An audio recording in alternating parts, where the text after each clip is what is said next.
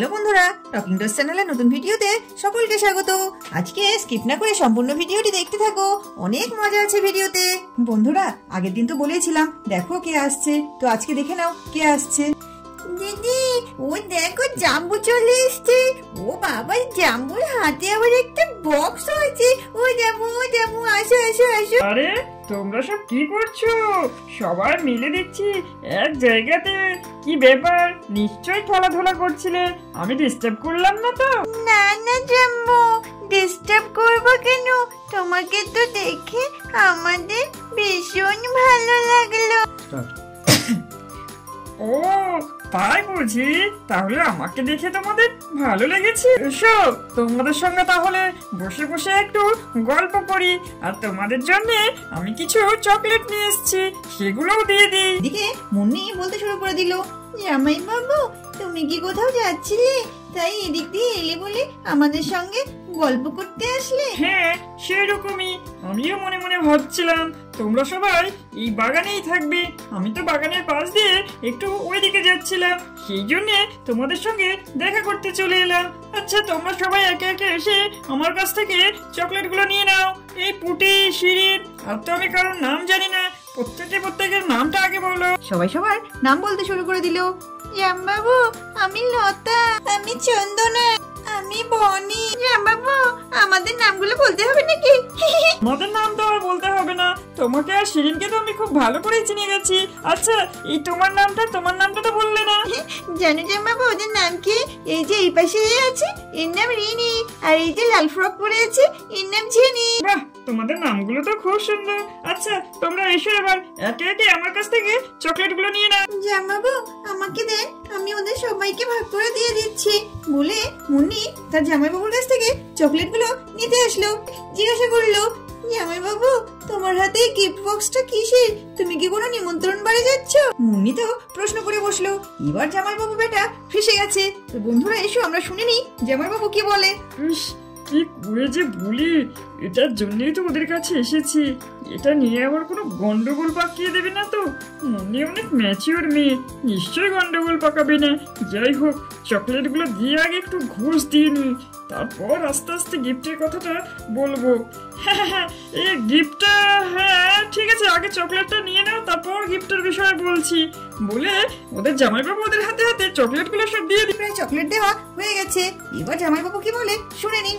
আচ্ছা, অনেকেই তো চকলেট পেয়ে গেছো, এবার যারা বাকি আছো তারাই চকলেটগুলো নিয়ে নাও। আর মুন্নি, তুমি একটু এদিকে শোনো না, তোমার সঙ্গে আমার কথা আছে। হ্যাঁ জামাইবাবু বলো, কি বলছো? মুন্নি, বলছিলাম যে এই যে গিফটের বক্সটা, এটা তোমার দিদিকে নিয়ে দিয়ে দেবে, হ্যাঁ, আর বলবে এটা আমি দিয়েছি। আচ্ছা ঠিক আছে, আমি দিয়ে দেব। ও এবার বুঝতে পেরেছি, তুমি আমাদের সঙ্গে দেখা করতে আসোনি, তুমি দিদিকে গিফট দিতে এসেছো। খুব চালাক না? আমরা যদি এদিক ওদিক করে দিই, সেই জন্য আমাদের চকলেট দিয়ে ভুলিয়ে রেখেছো। আমি সব বুঝতে পেরেছি। চুপ কর, তুই তো একটু বেশিই বুঝিস।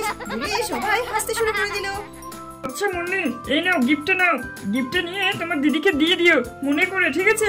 আজ তাহলে আমি আসি, আমার দেরি হয়ে যায়। বাই, তোমরা সবাই ভালো থাকবে। আবার একদিন দেখা করতে চলে আসবো, সেদিনকেও সবার জন্য চকলেট নিয়ে আসবো। টাটা। বাচ্চারা সবাই টাটা দিল। টাটা জাম্বু, টাটা জাম্বু, টাটা জাম্বু। জামাইবাবু গিফট দিয়ে তো চলে গেল। এবার বাচ্চারা সবাই বাড়ির দিকে যাবে। তাড়াতাড়ি চলো, গিফটটা দিতে হবে তো, তাড়াতাড়ি বাড়ি চলো। মনি, আমরা তোদের বাড়ি থেকে গেলাম না, আমরা বাড়ি চলে যাচ্ছি। এই বনি চল, সন্ধ্যা হয়ে আসছে। লতা, রিনি, ঝিনি, তোরা আমাদের সঙ্গে বাড়ি যাবি তো? চল বলে চন্দনারাও বাড়ির দিকে। পুটিয়া শিরিন হন্তদন্ত হয়ে বাড়ির মধ্যে ঢুকছে। ও দিদি, মধু দিদি, ও মধু দিদি কোথায় গেলে বলো তো, শুনতে পাচ্ছ না তুমি?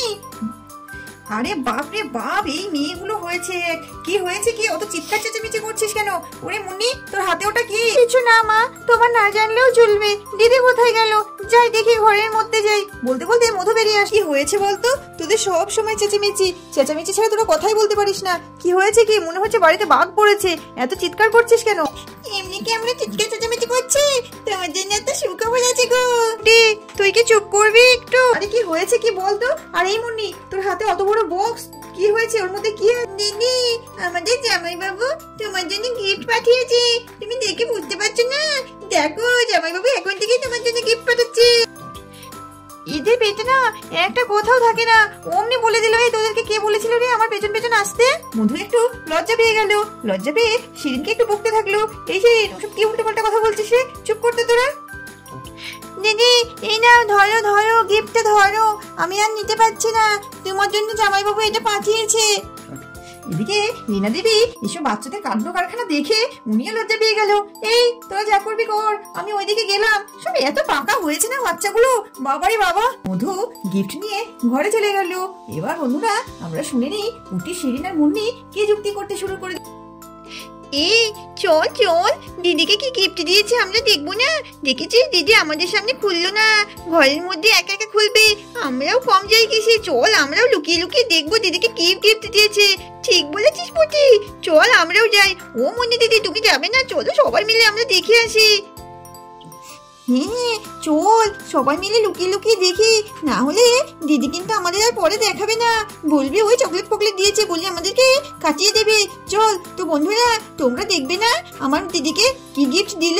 তাহলে দেখতে হলে অবশ্যই পরবর্তী ভিডিও দিকে নজর রাখতে হবে, আর পরবর্তী ভিডিও দেখতে হলে টকিং ডগস চ্যানেলটিকে সাবস্ক্রাইব করতে হবে, আর সবার আগে ভিডিও পেতে পাশে থাকা বেল আইকনটি প্রেস করে দিতে হবে। আর হ্যাঁ, আমাদের ভিডিওগুলো ভালো লাগলে অবশ্যই লাইক করবে আর কমেন্ট করে জানাবে, আমরা কিন্তু তোমাদের কমেন্টের উত্তরও দিই। হ্যাঁ, তাহলে সবাই ভালো থাকবে, সুস্থ থাকবে, দেখা হবে পরবর্তী ভিডিওতে।